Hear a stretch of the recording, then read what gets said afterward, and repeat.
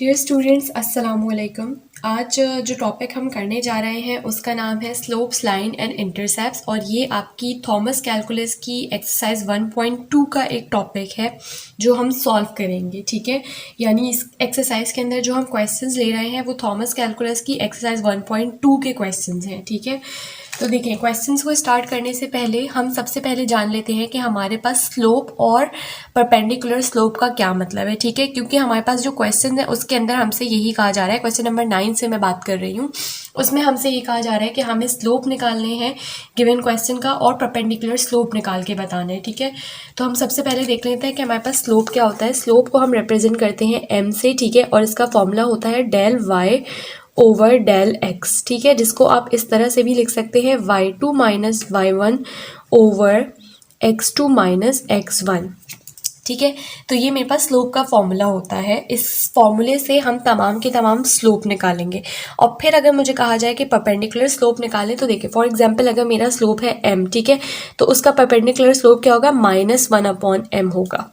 यानी कि आप एक एग्जाम्पल ले लें, मेरे पास कोई क्वेश्चन है फॉर एग्जाम्पल, उसका मेरे पास स्लोप आया 3 और मुझसे कहा जाए कि इसका परपेंडिकुलर स्लोप बताएं, तो इसका परपेंडिकुलर स्लोप क्या होगा, वो होगा -1/3। ठीक है, तो ये हमारे पास स्लोप और परपेंडिकुलर स्लोप का एक बेसिक कॉन्सेप्ट है और यही कॉन्सेप्ट हम तमाम के क्वेश्चंस में अप्लाई करेंगे। क्वेश्चन नंबर 9 से लेके जितने भी क्वेश्चंस हैं जिसके अंदर हमें स्लोप और परपेंडिकुलर लाइन का परपेंडिकुलर स्लोप निकालना है। ठीक है, तो चलिए अब हम अपने क्वेश्चन को स्टार्ट करते हैं। उससे पहले अगर आप मेरे चैनल पर नए हैं, आपने मेरे चैनल को अब तक सब्सक्राइब नहीं किया है तो काइंडली मेरे चैनल को सब्सक्राइब कर दीजिए।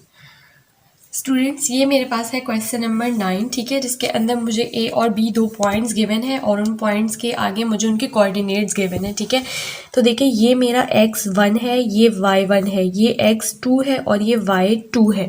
तो अगर मुझे इसका स्लोप निकालना है तो स्लोप का फॉर्मूला क्या है, स्लोप का फॉर्मूला है m equals to y2 minus y1, यानी y2 -1, ये मैंने लिख दिया, और ये फॉर्मूले का माइनस, और y1 क्या है 2, तो ये आया 2 divided by x2 minus x1, तो x2 क्या है -2, ये फॉर्मूले का माइनस, और ये x1 भी -1 है, तो ये क्या बन जाएगा, प्लस बन जाएगा, और यहाँ पे हम लिख देते हैं 1। ठीक है, तो जब आपने इसके अंदर फॉर्मूला रखा अपना, तो ये क्या बनेगा, ये आपके पास बनेगा -1 -2 will become -3 divided by -2 + 1 is -1। ठीक है, और जब आप इसको फर्दर सॉल्व करेंगे तो आपके पास आंसर क्या आएगा, आपके पास आंसर आएगा 3। तो ये हमने स्लोप निकाल लिया। अब अगर हमसे कहा जाए कि परपेंडिकुलर स्लोप निकालें तो आपके पास -1/m होता है परपेंडिकुलर स्लोप, तो मेरा स्लोप क्या आया है 3, तो इसका परपेंडिकुलर स्लोप क्या हो जाएगा, -1/m की जगह आप m की वैल्यू रख दें, दैट इज 3। तो ये देखिए इतनी आसानी से मेरा क्वेश्चन नंबर 9 क्या हो गया, सॉल्व हो गया।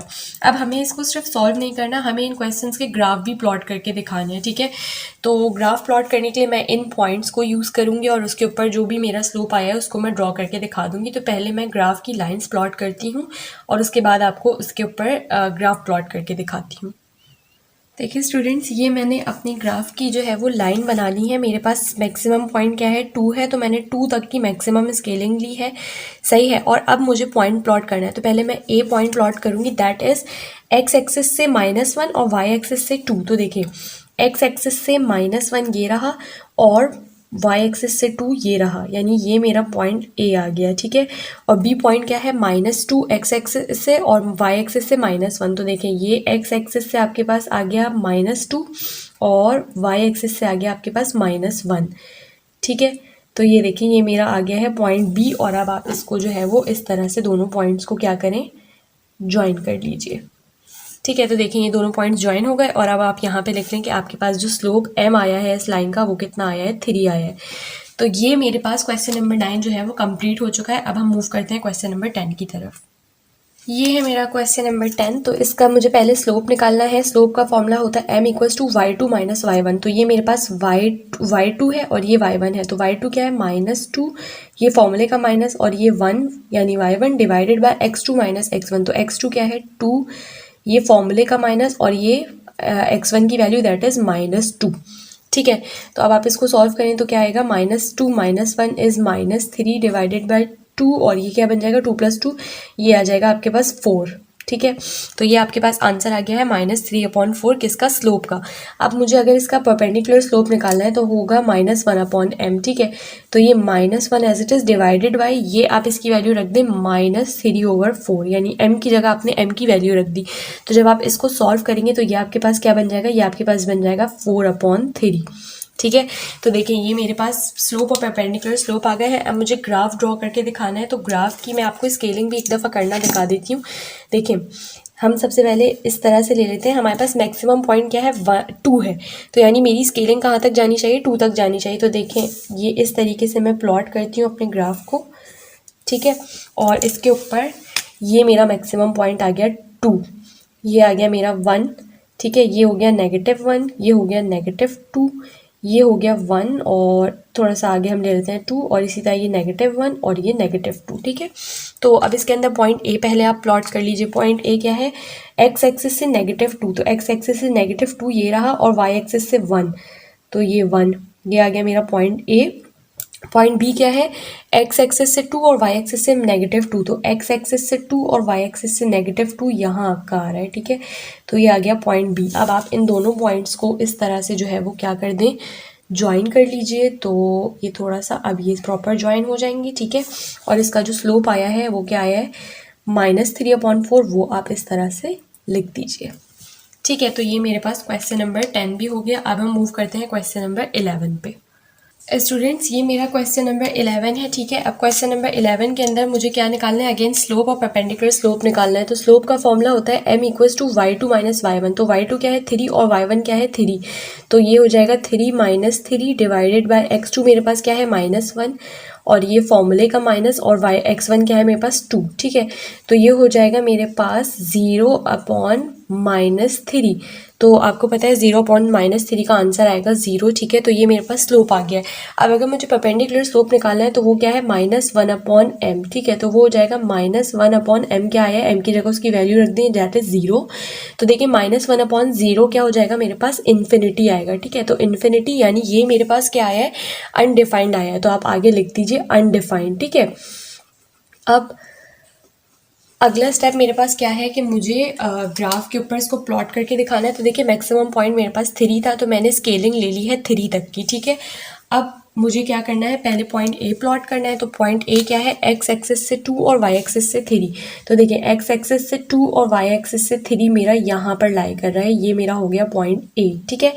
फिर पॉइंट बी क्या है, एक्स एक्सिस से -1, वाई एक्सिस से 3। तो एक्स एक्सिस से -1 और वाई एक्सिस से 3 यहाँ पे अगेन, ठीक है। तो ये मेरा हो गया पॉइंट बी। अब मुझे इन दोनों को क्या करना है, ज्वाइन करना है। तो आप स्केल के थ्रू इन दोनों को क्या कर दीजिए, ज्वाइन कर दीजिए। तो ये आपके पास कुछ इस तरीके की लाइन आ रही है, ठीक है। तो ये आपके पास आ गया, ठीक है। और आप यहाँ पे इसका स्लोप लिख दें, तो स्लोप आपके पास क्या आया है, m = 0 आया है, सही। तो ये मेरे पास क्वेश्चन नंबर 11 भी कंप्लीट हो गया। अब हम मूव करते हैं अपने इस टॉपिक के लास्ट क्वेश्चन पे, जो कि है क्वेश्चन नंबर 12।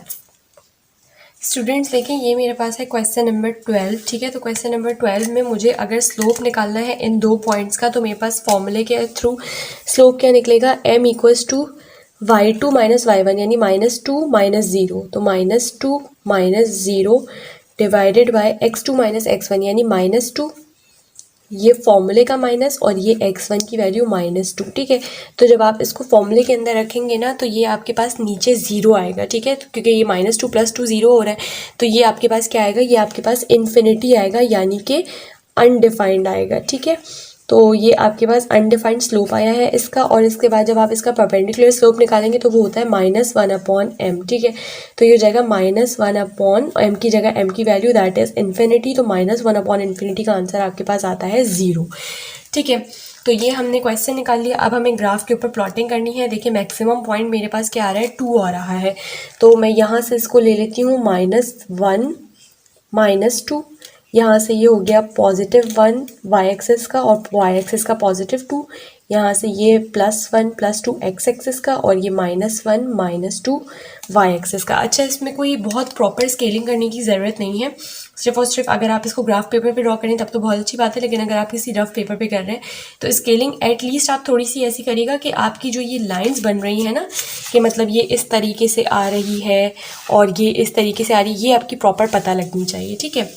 तो अब चलिए हम इसके ऊपर पॉइंट्स प्लॉट करते हैं। पहला पॉइंट है मेरा एक्स एक्सिस से -2 और वाई एक्सिस से 0। तो एक्स एक्सिस से -2 और वाई एक्सिस से 0 आपका ये वाला पॉइंट है, ठीक है। तो हम इसको लिख देते हैं, ये हमारा पॉइंट ए है। और पॉइंट बी क्या है, एक्स एक्सिस से भी -2, वाई एक्सिस से भी -2, ठीक है। तो एक्स एक्सिस से मेरे पास -2 कौन सा है, यही वाला है, और वाई एक्सिस से -2 मेरे पास ये वाला है, ठीक है। तो ये आ गया मेरा पॉइंट बी। अब मुझे क्या करना है, इन दोनों को ज्वाइन कर देना है। तो आप स्केल लीजिए और स्केल के थ्रू इन दोनों पॉइंट्स को इस तरह से ज्वाइन कर दीजिए और इसका स्लोप लिख दें, जो कि क्या आया है, m=∞, ठीक है। तो ये मेरे पास क्वेश्चन नंबर 9 to 12 तक के क्वेश्चंस थे, जिनमें हमें स्लोप और परपेंडिकुलर स्लोप निकालना था, और वो हमने निकाल लिया है, ठीक है। अगला जो क्वेश्चन है वो हमारे पास चेंज है क्वेश्चन। आप देखें उस क्वेश्चन को, तो उसमें आपसे कहा जा रहा है कि जो आपको पॉइंट्स दिए हैं, आपको उन पॉइंट्स में इक्वेशन ऑफ हॉरिजॉन्टल लाइन और इक्वेशन ऑफ वर्टिकल लाइन बतानी है, ठीक है। तो हम अपने क्वेश्चन नंबर 13 को अब स्टार्ट करते हैं, और उसके अंदर हमारे पास कॉन्सेप्ट क्या हो रहा है, चेंज हो रहा है। अब देखिए ये मेरे पास क्वेश्चन नंबर 13 है, ठीक है। इसके अंदर आप सबसे पहले क्या करें, आप पॉइंट्स आइडेंटिफाई कर लें। यानी पहला पॉइंट जो है वो आपके पास x है और दूसरा पॉइंट क्या है, y। तो आप लिख लें, इस क्वेश्चन में मुझे x क्या गिवन है, x गिवन है -1, और y क्या गिवन है मुझे, y गिवन है 4/3, ठीक है। अब हमें बताना है कि इसमें से इक्वेशन वर्टिकल लाइन की कौन सी है और हॉरिजॉन्टल लाइन की कौन सी है। तो याद रखिए, हमेशा x के साथ जो इक्वेशन है वो आपकी वर्टिकल लाइन की इक्वेशन होती है, और y के साथ जो इक्वेशन है वो आपकी हॉरिजॉन्टल लाइन की इक्वेशन होती है, ठीक है। इसी तरह अगर हम क्वेश्चन नंबर 14 देखें तो वो भी बहुत ही आसान है, इसी तरह से होगा। सबसे पहले आप पॉइंट्स आइडेंटिफाई करें, x क्या गिवन है, √2 गिवन है, और y क्या गिवन है आपके पास, -1/3 गिवन है, ठीक है। तो अब जो x वाला पॉइंट है वो आपके पास क्या है, वो आपकी वर्टिकल लाइन है, और जो y वाला पॉइंट है वो आपकी कौन सी है, हॉरिजॉन्टल लाइन है, ठीक है। तो इसी तरह फिर हम क्वेश्चन नंबर 15 और 16 को भी देख लेते हैं। ये देखें, ये क्वेश्चन नंबर 15 था, जिसके अंदर सबसे पहले मैंने पॉइंट्स आइडेंटिफाई किए। x 0 था, y नेगेटिव √2 था, और जो मेरा x था वो इक्वेशन मैंने बता दी कि ये वर्टिकल लाइन है और ये हॉरिजॉन्टल लाइन। इसी तरह से क्वेश्चन नंबर 16 है, वो भी बहुत आसान है। तो आप देखें, ये क्वेश्चन नंबर 16 भी मैंने इस तरह से सॉल्व कर लिया है। क्वेश्चंस बहुत आसान थे, बट ऑब्वियसली क्योंकि बुक में आपके टॉपिक वाइज हम चल रहे हैं, क्वेश्चन सॉल्व कर रहे हैं, तो हमारी बुक में क्योंकि क्वेश्चंस गिवन थे, तो इसलिए हमने इन क्वेश्चंस को सॉल्व किया है। तो स्टूडेंट्स, आज की लेक्चर वीडियो को हम यहीं पर ख़त्म करते हैं। आई होप आप लोग को ये लेक्चर वीडियो समझ में आ गई होगी। कोई क्वेरी है तो आप मुझसे कमेंट सेक्शन में पूछ सकते हैं। इसके अलावा अगर आपने मेरे चैनल को अब तक सब्सक्राइब नहीं किया है तो काइंडली चैनल को सब्सक्राइब कर दीजिए। वीडियो ने अगर आपकी हेल्प की है तो अपने फ्रेंड्स के साथ भी शेयर करिएगा, ताकि आपके फ्रेंड्स की भी हेल्प हो सके।